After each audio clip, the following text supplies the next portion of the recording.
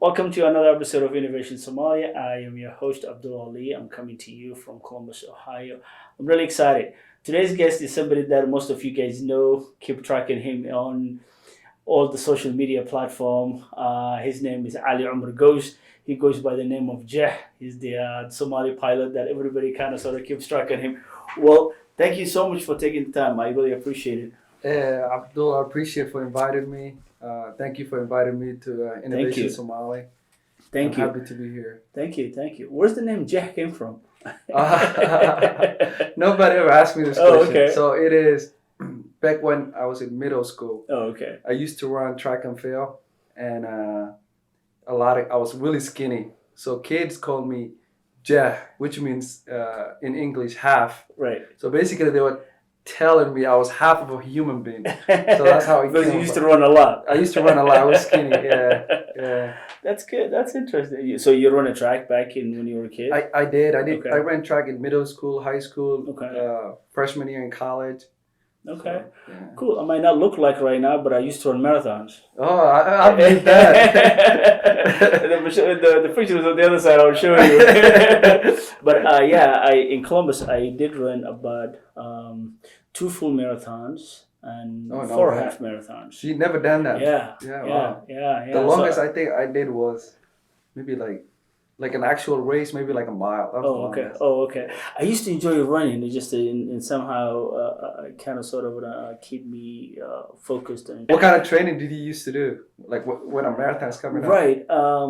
You have to average of running 25 miles a week. Mm. So I remember some days that I used to just get up from work and go for like 5 miles run easy. Oh no! Wow. Yeah, just 5 miles run easy. Come back and just you done your part. Yeah. Sometimes in the morning you go 3, and in the afternoon you go for another 3. Right. Then you get to set up right. But and I was never in a way of that I was competing. I was just kind of sort of enjoying the race. Yeah. Gotcha. Yeah. Where did you go to college? I went here. My freshman year I went to a little university in Amarillo, Texas. But the second semester on my freshman year, I came back here at Ohio State. Oh, okay. So you finished Ohio State. I did. Undergrad. Okay. Yeah. So what got you into pilot? How do you choose this? It was narrow really. field? It was really. A lot of pilots, when you ask them this question, they'll say like, "Hey, when I was a kid, I saw an airplane, or I went to a cockpit." For me, it wasn't like that. It was just a luck. I was at the right place at the right time. Okay. Because I wanted to be a lawyer at the time. Maybe I don't want to be in an office. So I kind of because it seems like you enjoy it. Yeah. So I started research, and when I say research, it's just going to Google. Right. So I did some Googling. I went to the school, and then the rest was history. Here I am. Okay. How was your first experience in terms of actually how do you even go about getting into a pilot? My first experience was horrible. Okay. What happened was, so I was still a sophomore in college at Ohio State. Ohio State has a flight school. Okay. Right by Dublin area. I think I know what that is. Actually, specifically Sawmill Road. Sawmill Road. There you go. Correct. Yeah. So I actually went to the school, and I was like, hey. So that's actually school. Yeah, that's Ohio State school. So it's all that Ohio State University students. Okay. So when you go to your class here at downtown area, then you drive, go to Sawmill Road if you have a flight, and then you fly. Okay. So the first flight, they call it discovery flight. Okay. So basically what they do is somebody's gonna take you who's an instructor or and then they'll give you the control of the airplane. So they took me up. It was bad, man. I was I'm afraid of heights, so I was terrified. Those two combinations. I'm telling you, I was terrified. I was sweating, and then the guy who was my instructor at the time, he couldn't understand. I was like, "Dude, it's okay. It's just an airplane. I'm flying it. Don't worry about it." Yeah. For me, I'm praying. I'm saying God, if you put me down once, you will never hear from me. I want to be a pilot. Gotcha. So that was my sophomore year. And then I never went back to the school. I was like, I'm done. I don't want to be a pilot anymore. I graduated from Ohio State with a criminal justice degree. Okay. But I still wanted to do it, even though I was afraid. Mm-hmm. So what I did was, I've never been to a roller coaster. So I went to Kings Island near Cincinnati. So I did a lot of roller coasters just to get that fear out of my system. And then I went to another flight school in Delaware, Ohio. Okay. So that's where I did most of my training. Okay. And got all my pilot licenses. So does it require a degree? Because I know you finished with a criminal justice degree. Right. No, it doesn't. No. At the time when I was doing criminal justice, actually, all the big airlines, American, Delta, United, you had to have a degree to get a job with them. Gotcha. Now, because there's a lot of pilot shortage, they don't even need a degree. Most of the big airlines. Okay. If you have a high school diploma or a GED and you have your pilot licenses, you're good to go. Really? Yeah. Okay. It's that simple. And just to go to the flight school, you don't need any degree. You don't even need high school diploma. Okay. If you can speak English, so people can understand you. Yeah. Read and write, basically. Exactly. You have to read. That's all you need. Air traffic controller, as long as they can. Okay, they can understand you and you will make sense. Absolutely. Okay. Yeah. So how much something like that will cost? A lot of money I at the bet. time. Yeah, when I did it. So you need to fly for fun, like as a hobby. You only need to your private pilot license. Okay. But if you want to do it professionally, you need your private pilot, you need instrument, commercial, multi-engine, so at least 4 licenses. Okay. And each right now costs about $15,000. Okay. So 15 times 4 plus your books and all that. So somewhere around $60,000 minimum. Okay. It will cost you. And that's not something financial aid covers. Financial aid doesn't cover. There are not a lot of loans. Okay. Maybe a bank can give you a loan. Okay. But basically, you have to kind of cover yourself. Yeah, cover yourself if you really wanted to go that route. Wow. Exactly. Wow. Yeah. Wow. Interesting. So, how long it took you to get to the commercial? Because do you need to? Are you required to have like a number of hours of flying? Yeah. Okay. Yeah, you Tell do. me more You about do. that. So once I got all my licenses, before I talked about private instrument, commercial multi-engine, then you can work for a small company that do like photography or surveying or like small companies. You're not taking passengers here. Okay. And then you have to get at least 1,500 hours of flying. Okay. By the time you have all your license, you only have 250 hours. Okay. So you need about another 1,250. So almost 1,300 hours. Okay. To get that experience. Okay. Or this is what I did. You can get your flight instructor license and then you can teach other people. So let's say I got my flight instructor license, I'm teaching you. That 1 hour I'm teaching you, I can put it on my logbook and then it counts towards the 1,500 hours. Oh, okay. So that's what I did. I was a flight instructor for about a year and a half or so, 2 years. Okay. Then I went to the passenger side of things. So if I want to learn how to fly and how to go about it, so it only takes can you teach? I can teach, yeah. Okay. Okay. But all you have to do is go to your local flight school here in Columbus, not Columbus itself, but like the surrounding areas. Okay. There are like at least 6 or 7 flight schools. Okay. So you can go any of them and be like, hey, I want to do a discovery flight. Okay. They will take you up. You'll take the controls. Oh, really? Yeah. Oh, I'm gonna have to try that. You gotta do it. It's really. It's really fun. It's a lot of fun. You know. And one of the things that I fear about it, maybe it's what do you call it when you jump out of a plane? Oh, it's the skydiving. Skydiving. I want to try that. I can't do that. Even though it might sound funny, I'm still afraid of heights. I don't want to be like tall buildings, roller coasters. I still can't do it. No, man. How are you gonna survive if God forbid something goes wrong in midair? I'll be terrified. But for the airplane, I feel like it's under my control. Like I have, like it's in my hands. So that's why. Gotcha. Like maybe it's not the same. I don't know. I don't know. It's a little different. It is. Still, those two combinations. It really is. Fit for me. But so who do you work for now? Right now, I work for a company, United Airlines. Okay. Yes. Okay. So how long you been with them? Close to 2 years now. Oh, okay. Yeah. Okay. How do you? Was the process of getting you hired, was it that difficult, or was it? It really is. So the way it works is, they're like, I would say 3 major airlines, maybe 4 in America. American, Delta, Southwest, and United. But then there are another 100 airlines that come underneath them. They're called regional airlines. So what they do is they have a contract from United. So United will sell the ticket, but these airlines and these employees, even though they don't work for United, will do everything else, even though United sold the ticket. Mm-hmm. So I was working for another company called GoJet Airlines. Mm-hmm. They go under the umbrella United Express. Okay. Excuse me. So basically, United owns them. So I was working for that company close to 4 years, Mm-hmm. and then even though I was working for that company, you still have to interview. You have to do a computer test, and you have to go through a lot of hoops to get to the major ones. Okay. But it was all worth it though. Okay. I really enjoy it. Nice. Do you fly international? Yes, I do. Okay. But I don't do it as much as I used to do it before. Before, Okay. I used to be on a bigger airplane called Boeing 76. Okay. And that airplane used to do a lot of Europe, a lot of South America. Mm-hmm.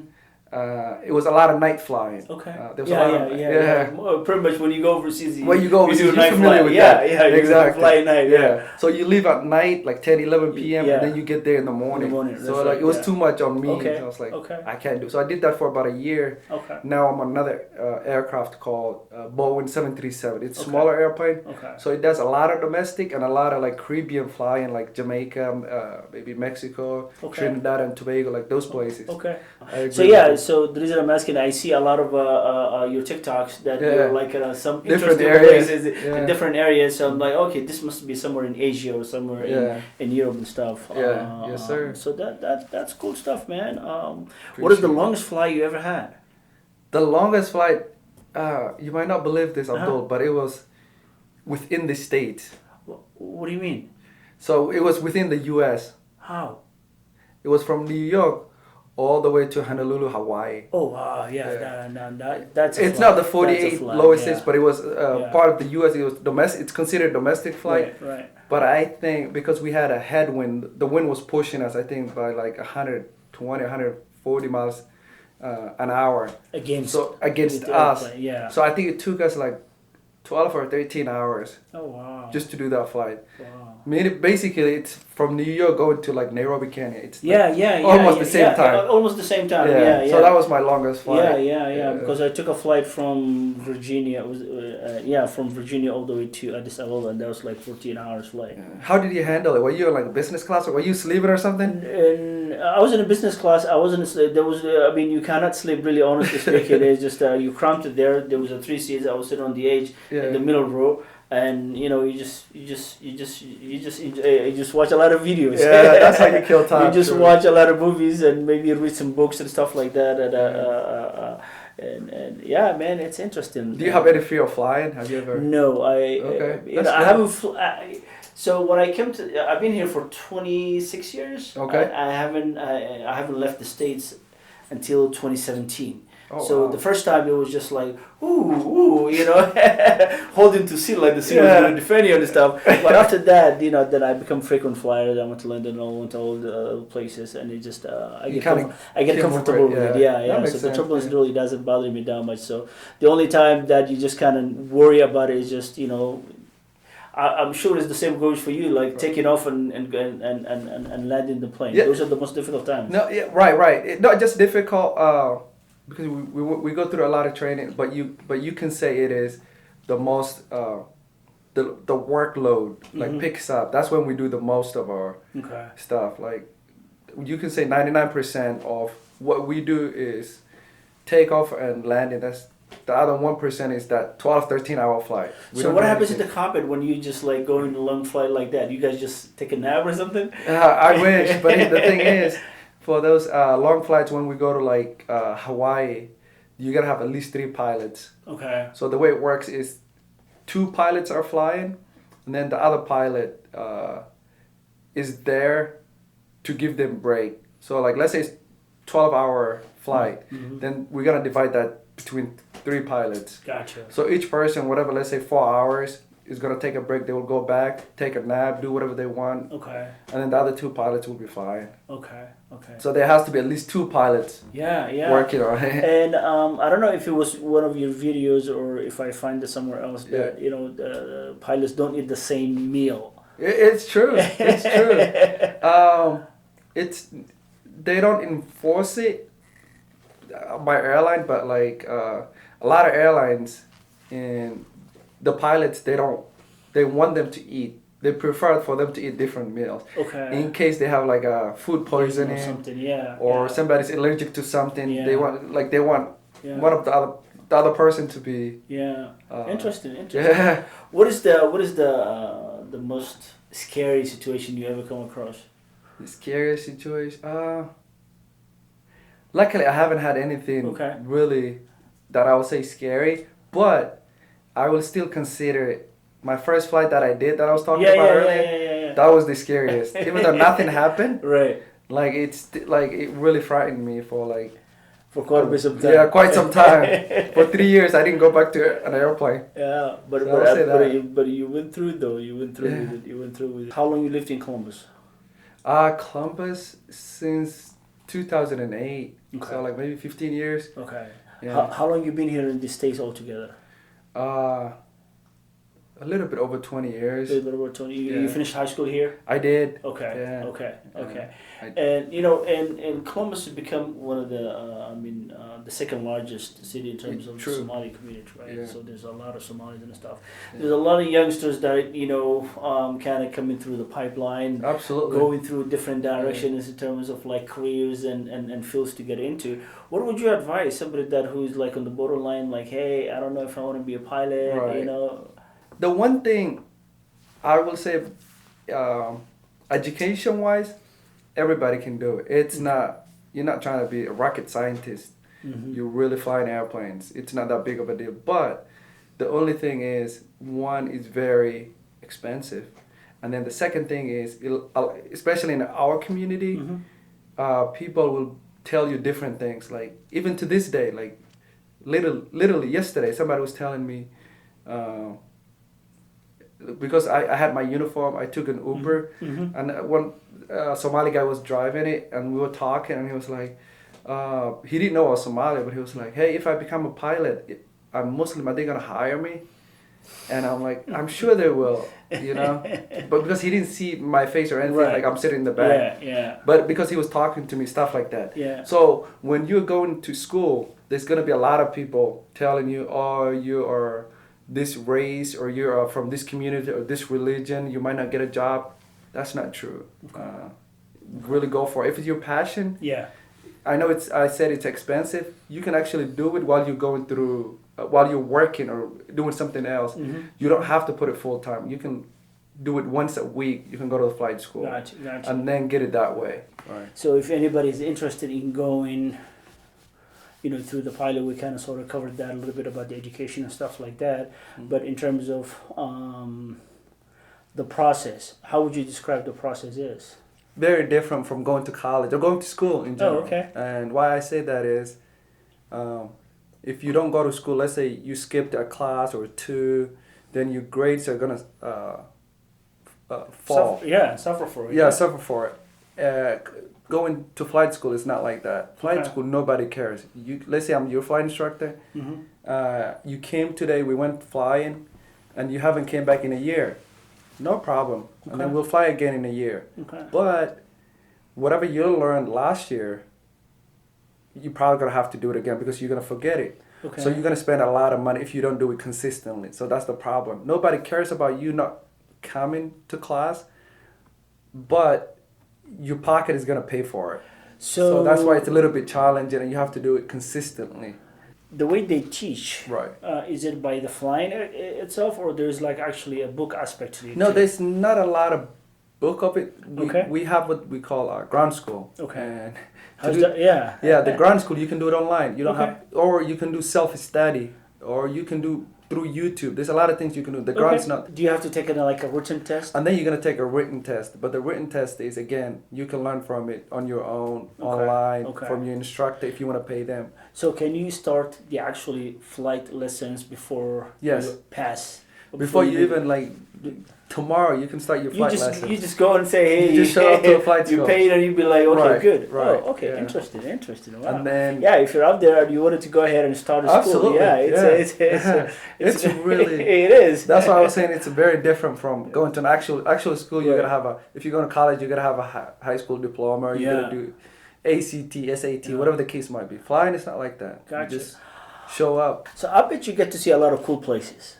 Oh yeah. Oh yeah. Oh yeah. The thing is, I don't know if I enjoy more going to those places or I'm actually enjoying the actual airplane, the travel of it. You know? Yeah. So which one is it? Because it's challenging because when I go to places, generally speaking, I don't get out of my hotel. Okay. I only do it for TikTok nowadays. Yeah, because I see a lot of clips that you have Right. a good coffee or like it's only for TikTok. If it wasn't TikTok, I the one that I done really it. liked is the one when you went to Real Madrid. Yeah, I watched the game. That was one of my favorite, Abdul. Yeah. I wish that's one of the places that I would like to go down. Yeah, maybe we'll do a trip together. together. Maybe watch a trip, man. Yeah, watch a game together. That would be cool. Absolutely. Yeah. Championship is preferably. Yeah. Who's your team? It was Real Madrid. I like players per se. I like when Zidane was there. Okay, back in the day. Yeah, back in the day when Zidane was there, it was just the best team ever. So I follow Arsenal is my team. Henry was there. Man, they lost today to what? To West Ham, 2-0. I don't even follow soccer, but I know. I know, right? When Arsenal play, a lot of passion. People that have a really passion for it, they really follow through. Yeah. But they win the good games, but the games that you expect them to win, with the wicked teams. Yeah, with the wicked teams, it's just it's almost like they really don't care. They don't put effort to it, and those are how you get judged by. Those are the ones that That's you how have you get to the win them. points. That's how you have to win them. You cannot just Would you say they are downplaying them when they're playing with weaker teams? There's no downplaying at all when it comes to EPL. You see how Man City is doing. Yeah. I mean, they taking no prisoners. Everybody. Everybody. They played the same tactics. Right. If you cannot meet, I mean, how you expect to Right, get them? You can't leave for just a one rival game Arsenal and Tottenham and just to get it. I won. No, that's not what you're in there for. Right. So the idea is you have to kind of get in there. My soccer passion is coming into play. Yeah. So that's interesting, man. And I saw a video that you said something about. If a Somali airline were exist right now, I would have been all about that. Yeah. So let's talk about that a little bit in terms of giving back, right? Yeah. So now you are, we're in the U.S. There's a lot of opportunities. Absolutely. There's a lot of things. Right. And things that that people that are linked to us can benefit. Absolutely. And when you think about giving it back, and I don't think anytime soon Somalia is coming back. Yeah. But let's talk about a little bit of the hopes of if it does come back. Yeah. Some of the things that you could possibly contribute to that. Right. No, absolutely. It's a great question, and like you just said it. It's gonna take time. Right. But that doesn't mean the youth, even if they are in the Western world or back home, they have to wait for it. And why I'm saying that is, when it comes back, I know one day it will. Inshallah. We're gonna need the people. Right. So, let's say there's somebody somewhere in Somalia. They went to flight school. They did their flying. There's a lot of airlines in the world that will hire them quickly because there's, again, when I was talking about earlier, there's a pilot shortage. So absolutely. Yeah. So that's why I'm saying, and that's why I want to be part of it. Just to, on TikTok or anything like that. I'm not really there to tell people, hey, look at me. I'm going places. I'm flying airplanes. It's really not that. It's more for people can see it, and because when I was going through flight school, I have never met a person who was a pilot. Never seen it. I'm sure there were a lot of other Somalis, but I've never met it personally. So when somebody sends me a message on TikTok or other social media apps and say hey, my daughter, my son, they're 10, they want to be a pilot, that's why I'm doing it. So people can see hey, if this kid can do it, I'm sure anybody else can do it. So that's the whole point. So to put it awareness. Like if you're interested in it, like literally the sky's the limit. Yeah. No, absolutely. I mean, it's right because we don't have to wait for it until like something good is something happening. good is happening. I agree with you. But if the passion's there and the opportunity is there, and the finances there too as well, and you enjoy the most, then at least go for it and stuff like that. When I was flying from here to Addis Ababa, and what airline did you take? Ethiopia Airlines. Oh, Ethiopian, okay. Ethiopia Airlines. There was a older white gentleman that was flying that plane. Yeah. And do you know him? No, I didn't. But why I say is again like what we were talking about earlier. Yeah. Even though Ethiopia Airlines exists, it's been like one of the biggest airlines in the world. Yeah. They still hire foreign pilots. I know quite few like Polish, like Singapore, Chinese pilots that actually work for Ethiopian Airlines. So that's why I was saying you don't have to wait for Somali Airlines, because when it comes back, we're gonna need a lot of people. We're gonna need a lot of people. Right. Oh no, because the way you said it, I'm like, oh okay. You just kind of say it's a small world. Once you get into a specific field, it's a small world. Now I know all the podcasters. Now, before I used to be on a soccer coach. Now I know all the coaches and stuff. So it's a small field. It is. Why hire outside though? That's the other thing. Because there's shortage. Like they don't have pilots. Really? Like right now. I understand the shortage, but Ethiopia Airlines, it's like I think it's the only one plane that during the pandemic was flying back and forth. Like direct flights. Direct flights here in the US. No, really, there's a lot of, especially when they want experienced people, they hire a lot of like Western pilots, a lot of like pilots from other countries. Like for another example, Emirates right now. Okay. Emirates is actually that's the best plane. Yeah, but like literally, like you can go to their website. They're going to other countries. They're flying to other countries, recruiting people, telling them, "We'll give you a house, we'll give you a car, free education for your kids, all that included if you will work for us." So like, most pilots actually go into like Emirates because of what they're offering. Okay. But like Ethiopia, including every airline is struggling to get pilots right now. If the bigger plane is struggling to get planes, why not open their own schools and funnel kids through? Like students through that channel. It's a good question, but here's the thing: at the end of the day, these airlines, they're corporate. They're trying to make money. If they open a flight school. Let's say they open a new flight school and they're like, "Hey, Abdul, you'll be our first new student," and they spend $100,000. That's $100,000 they spend. But they can go to another country and be like, find another Abdul who's experienced, who does not need training. They will just show up and start working. Much cheaper, exactly. So that's why it's like easier for them to do that. Okay. So at the end of the day, it's making money. No doubt about that. Yeah, the bottom line is just the bottom line. That's the bottom line. There you go. Yeah, if you cannot fulfill those attachments to that bottom line, it's absolutely it's not going to work. Right. Interesting, man. I mean, and the pilots.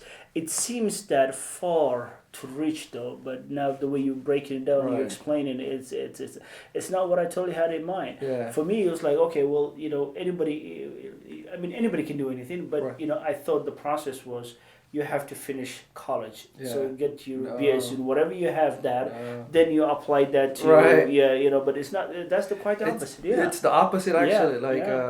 It's really the opposite.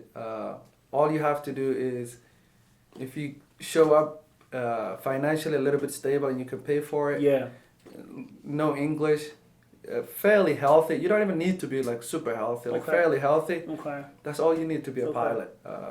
And again, because most people don't know about it, that's why, especially in our community, they take it as this thing where it's not even in their dream, But that's why, again, I'm going back to my old point of, if they see me doing it, they'll be like, "Hey, this kid with big ears is doing it. I can do it."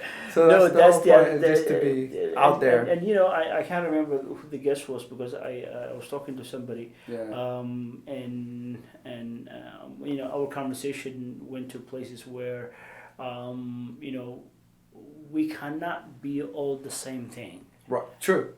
So for example, you know, if you look at the immigrants' parents, all they want for their kids to be a doctor, lawyer, an accountant, and stuff. Yeah, the But, usual. you know, but there's you know, and I can arguably say that's why a lot of our youth are failing some of it, and because if you push a kid to things that they really don't enjoy, Absolutely. that's nothing but a conflict. Yep. Right, Yeah. and that conflict is going to lead to other things. That Yeah. other thing is going to lead to mental health. Mental health is going to lead, you know, to Wrong drugs directions. and, wrong directions, Yeah. and absolutely. So the conversation was, you know, we will kind of sort of have to diversify our, you know, our success through the kids. Yeah. So let the kids choose what they Who they wanted to want- choose right. and who they wanted to be, and just kind of sort of push them to in a very positive place. Absolutely. So 100%. yeah, so there was a family. One of the guys that I was talking to said, "My family, all of them were engineers." So, and you can see that's the parent pushing. Yeah, you know, absolutely. where do you get the source or the intelligence to say the engineers? Where is it at? Yeah. This person might not even enjoy. You know, They don't even care. yeah, they don't even care. So Yeah. they're just doing this to please you. On top of that, you as a parent don't have the money to pay for it, To so pay that for it. person is going to end up Yeah. taking loans. And I think It's like it's a good point, and I think it comes down to the parents not knowing. Like the Right. parents might No. see a doctor, Yeah, a lawyer, yeah, and that's all they what know I is mean. a successful yeah, person. Yeah. You know? Actually, there's a video that I'm working in the process editing that I was Yeah. talking to student association, Somali Student Association or High State University. Oh yeah. There were a couple of kids that came, and I wish to have more. And one of the things that they were talking about was, you know, when you're in high school, there's a lot of things that is available to you. You just Right. don't know of it. Absolutely. There's a lot of classes you can take that will just kind of sort of cut your cost in half Yeah. when you get to college, or if Yes. you do decided to go to Yes. college. Yeah. The parents, some of the, you know, one of the kids was saying that, hey, you know, my parents did not aware of it. One of them said, we were aware of it, so we took advantage of Yeah. it. So you can see that Yeah. where, you know, to your point, it is that some of the parents are not quite sure Right. what's going on in there. So that I guess, how do you offer to help to them? Yeah. That's the kind of sort of a question. No. It is. It's absolutely a great question, and that's why like you doing the podcast, you inviting those kind of kids, getting the word out there, you know, for the community, so people can actually see it or see what is available. Because I know what you're referring to, like those classes taken in high school, you're actually not paying for it, but when you go to college, you're paying for it. Yeah. Like $1,200 per credit or whatever. Absolutely. It is right now. So Yeah. it's getting the word out there. Yeah, and hopefully that's what we hope to kind of sort of push to the community to say, okay, well, Right. hey, you know, be aware of what what your kids is eligible for, Right. and you take the best opportunity, or he or she may maximize the best opportunity when they get to Absolutely. college. And if your kids go into college, Yeah. make sure that they go, especially the Ohio State University, we have to get that right. Yeah. The Ohio State University, make sure that you got to go see the Somali Student Associations, and they can better help you and kind of sort of guide you there. And also stay tuned for that podcast, so it's coming soon. Hopefully I got to have more of them to come to the podcast, and we can have those kind of conversations. Yeah. Speaking of the youth, you lived here enough in Columbus. You have seen, you know, how, you know, the families are evolving. Right. What are your thoughts on that? In terms of, like, you know, as a community, are we evolving? Now I know you moved now. We but really at are, the time, yeah. It's But still how? long. Yeah. Okay. But we're like, it's actually a good question. We really are, like, the community.